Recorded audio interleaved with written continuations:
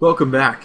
This tutorial is pretty much done. We already finished going over the main topic of this tutorial, which is the first of a series of production tutorials. And the idea behind this tutorial was to build this house with the thought in mind that it was going to be viewed and rendered on the inside, not the outside. The outside would be exterior modeling, and that could be a whole different project in itself. So we focused on the inside, and we did a pretty good job of establishing our overall space and 3D environment. Of course, we don't have any of the details yet, but that'll come in the next tutorial. What I want to do as a little bonus for you is teach you how to set this up to do a nice clay render of this interior space, because it'd be a shame to build all of this and not get to see it rendered pretty nicely here. Okay? Alright, so this isn't a rendering tutorial, but I decided to put this bonus video here just as an added bonus to show you how to do some nice clay renders. So we're going to use this space to do a nice clay render. Okay?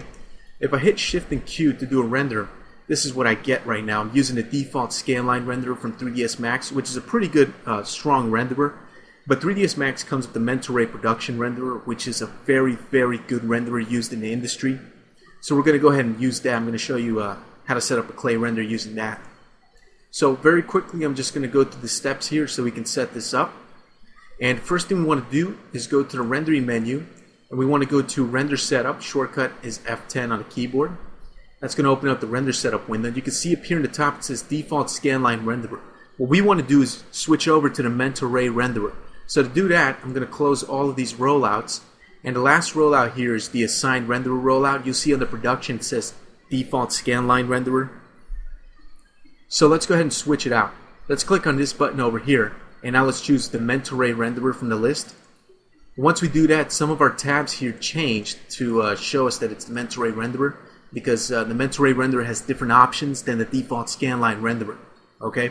So now that we did that, I'm going to close the render setup window. We'll come back to it in a moment. What I want to do is set up a light, because if I go ahead and I render this out right now, all I get is this, which doesn't look very good. It's not very interesting. So let's set up a light. If we go over here to the Creation tab, remember how we use geometry and we use shapes? Well, there's also a Systems category of objects we can create. And there's a few objects here we can create. The one we're interested in is the daylight system. Okay? Once we click on that, we're going to get this message here, this box that's going to say you're creating a daylight system. It's recommended that you use the Mental Ray MR photographic exposure control set to an exposure value or EV value of 15. Okay? I'm going to hit yes so it does it for me automatically. You'll see in a moment what it just did. I'm going to click and drag once to create the compass, and then I'm going to let go of the mouse button and drag again to basically create our sun here. Then I'm going to click again to end that. Go to the Modify tab, and what we have here is our daylight system. Okay, in 3ds Max we can create a daylight system that's going to light up our scene, well, using exactly as it's called, the daylight system. Now the daylight system consists of two main parts, the sunlight and the skylight. What we're going to do is switch from a standard sunlight to the MR sun. Okay, that's the Mental Ray sun. Let's switch the skylight out from the regular default skylight to the MR sky.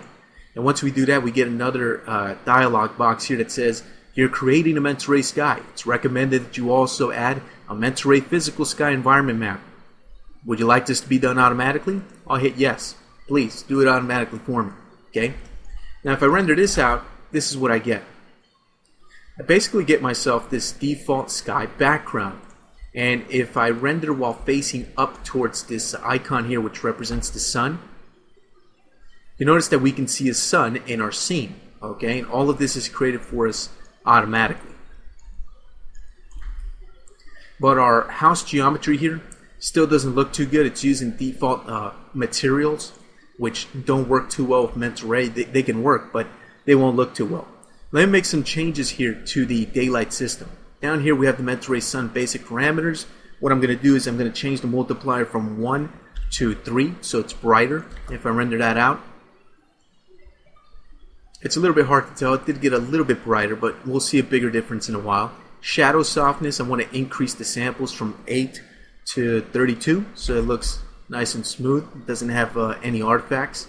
I'm going to go to the Mental Ray sky parameter rollout up here, and I'm going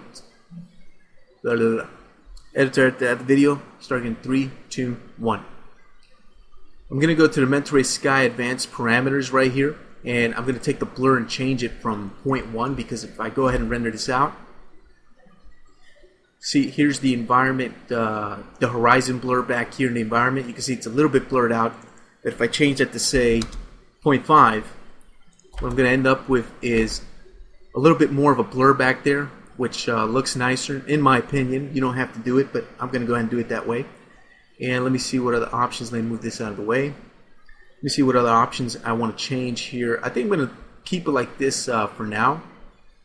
Actually, let me go up to the Mentor Sky parameters, and I'm going to take the sky multiplier. I'm going to change it from 1 to 5 to really make that background sky brighter, because it looks a little bit dull. Okay, that's much better. I want it nice and bright and vibrant. Okay. Now, what I'm going to do is I'm going to come inside the house here, and I'm going to do a render. Editor out of the video. There was a phone going off. Start again in 3, 2, 1.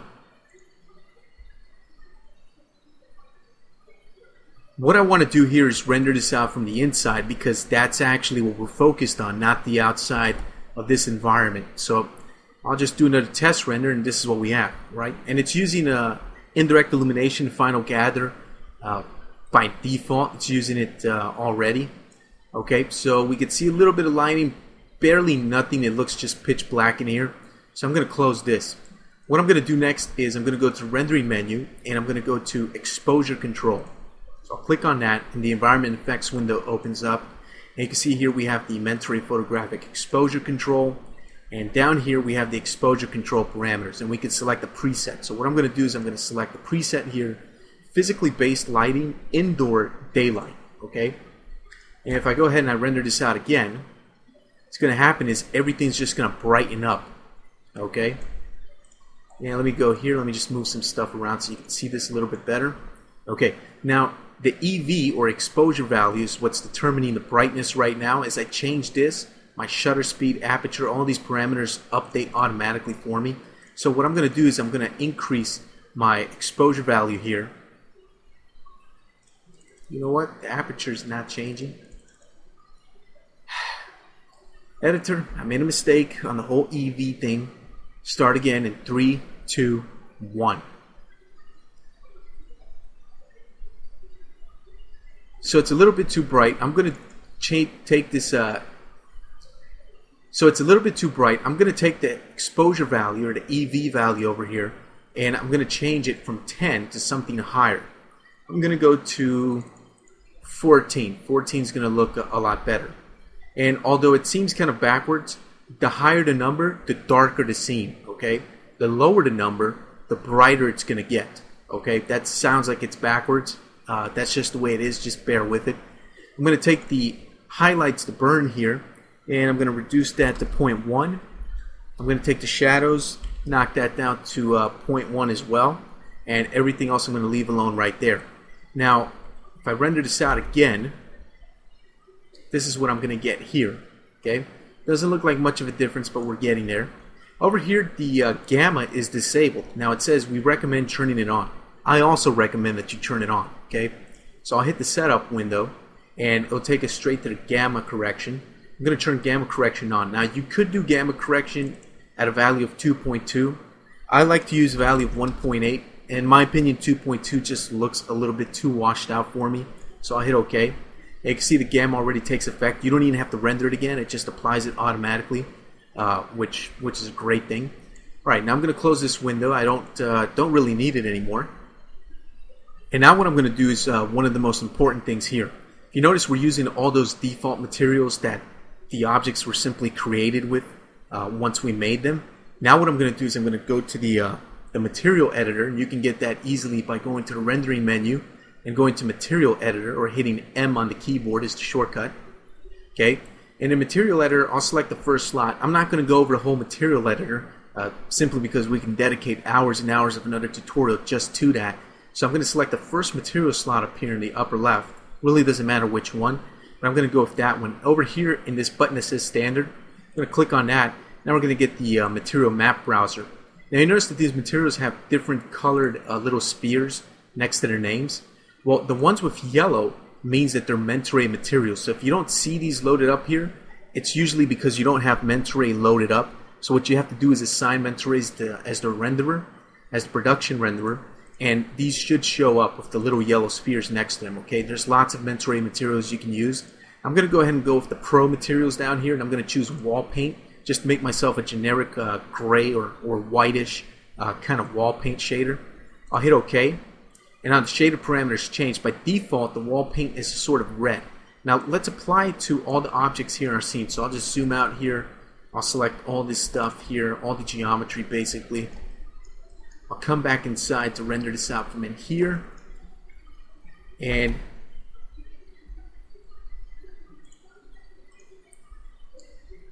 And if I just go ahead and with this material here selected, I'll just go to this button down here. It has a little circle here, a little sphere with an arrow pointing toward a green cube. That's the assign material to selection button. So hit that, and the material you have selected here becomes assigned to all the objects you have selected in your viewport. Okay. So if I go ahead and render this out, now all the objects have this Mentor Pro material that's red. Now, unless you're a fan of that red or maroon color, you should go ahead and change it. That's what I'm going to do. So I'm going to change the color to a white. I'm going to go with like a bluish kind of hue, and I'm going to add a little hint of blue to it, not too much, just a tiny bit, an extremely pale blue that looks almost white. Okay. Now we have a surface finish that we can choose here, and I encourage you to experiment with this. Check it out. You can basically make a glossy surfaces, something that has a pearl type finish to it, which looks pretty cool. I'm going to go for flat, just a flat finish. And application method, since it's wall paint, we can apply it a few different ways. So it looks like it was applied by roller, brush, or spray. I'm going to go ahead and go with spray. That looks good. Under special effects, we can add a few things. If I go ahead and render this out, it's going to come out very, very dark at the moment. Okay, let me close that. I'm just going to minimize the material editor for now. I want to show you something in a moment. Let me deselect all that stuff there. Right now, I'm going to go to my render setup. F10 is a shortcut for that. And under the indirect illumination tab, I can see Final Gather is already turned on. What I'm going to do is I'm going to take that and I can put it down to a draft quality, which is probably a really good idea. You can see it's only going to fire off 50 rays per final gather point. I'm going to knock that down to about 32 simply because that's just going to render out faster. The least amount of final gather rays you have, the faster you're going to render out. When you're doing test renders, speed's extremely important. I'm going to go down to the caustics and global illumination rollout, and you can see that GI or global illumination is turned off. So I'm going to turn it on, okay? And as soon as I do that, if I render this out again, you're going to notice that things are getting much, much brighter. Now we have global illumination coming from the sunlight outside into our scene. You notice that our scene is hard to see though. Even though it's brighter, it doesn't look very natural, it doesn't look very nice, but we're getting there. So I'm going to go back to the material editor, and I'm going to turn on ambient occlusion. Okay? And what ambient occlusion is going to do, if I go ahead and render this out again,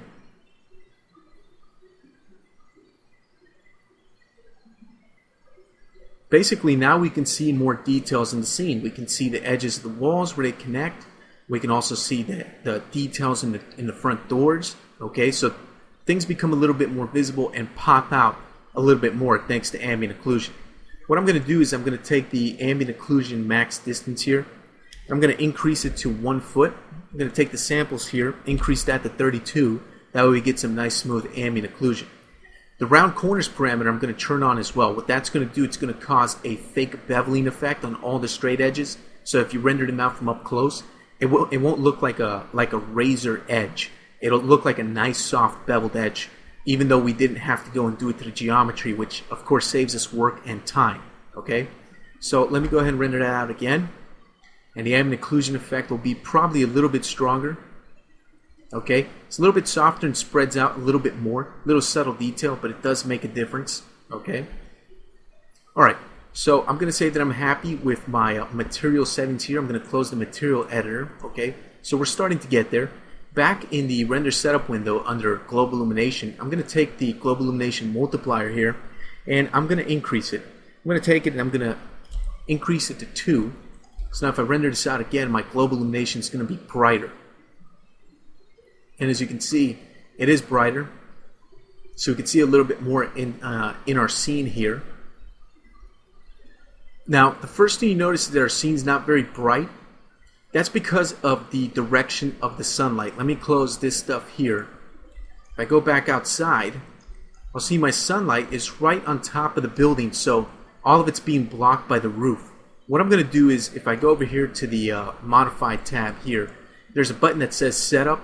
Let's click on that, and that's going to open up the time of day configuration. I can actually place a time of day and location. So if I look over here under location, the default location is San Francisco, California. I can click on Get Location, and I get myself a map.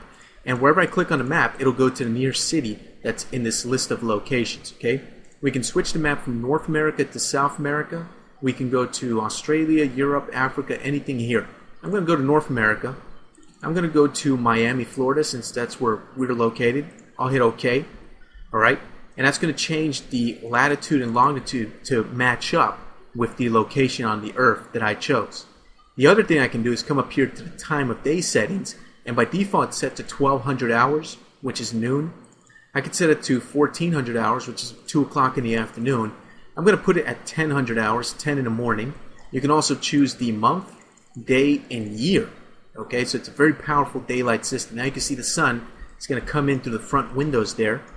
If I come in here and I render this out, let me just try to position my camera here a little bit better. If I render this out from here, my lighting would have completely changed, and you could see that it did. Now that looks pretty nice. So it looks like it's 10 o'clock in the morning and the sunlight's coming in through the front there and all those nice windows that we created earlier. So now I have plenty of lighting coming in here. Looks pretty nice. Okay, so I'm going to say I'm pretty happy with that. I'm going to go back to the render setup window, and I'm going to set up my final global illumination render settings. Right now I have only 20,000 photons per light. There's only one light in the scene, the sunlight, so it's emitting only 20,000 photons, which is a very small number. I'm going to go ahead and increase that to 1 million. So that's 1 and 6 zeros. Okay, 1 million sounds like a lot, but when you're working with mental ray and global illumination, you need to use millions of photons to get yourself a pretty pleasing result. Okay, once that's done, I'm also going to come up here to the maximum number of photons per sample, and I'm going to increase that to 4,000 just to make sure I have really good accuracy. It's not really going to slow down rendering time, so I'm going to leave that like so. That's pretty good. Let me go back to my final gather settings. I'm going to leave it at these preview settings. I'm going to go to the reuse final gather and GI disk caching over here. Edit that out of the video. We're not going to go over the disk caching. We're going to skip that. That's not part of the tutorial. Okay, start again in 3, 2, 1. Alright, so I'm going to go ahead and close the setup window here. And if we render this out from different angles, just come in here and view this from a few different angles here, we can get ourselves some pretty interesting renders. Yeah, we'll render this out from a few different angles. See what we have here. Pretty interesting. So we get ourselves a pretty traditional clay render that we can see the entire structure that we modeled here. Then you get some interesting angles.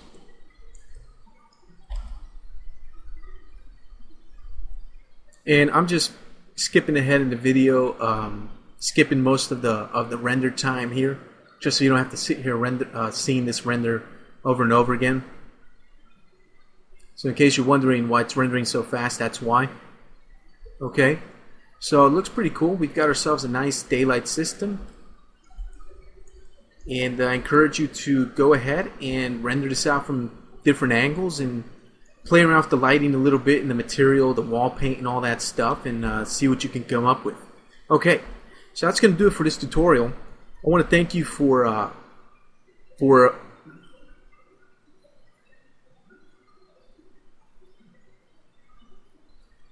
I'd like to thank you for supporting i3D. All of us here are very thankful.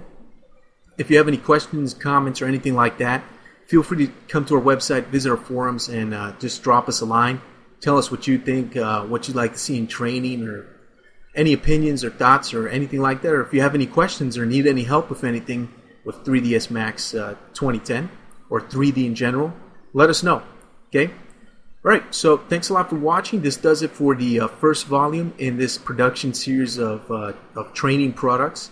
In the next one, we're going to go ahead and we're going to continue working on the scene here, and we're going to detail it. We're going to get into some pretty heavy modeling and just keep working production-wise to create a very complete, nice scene from beginning to end.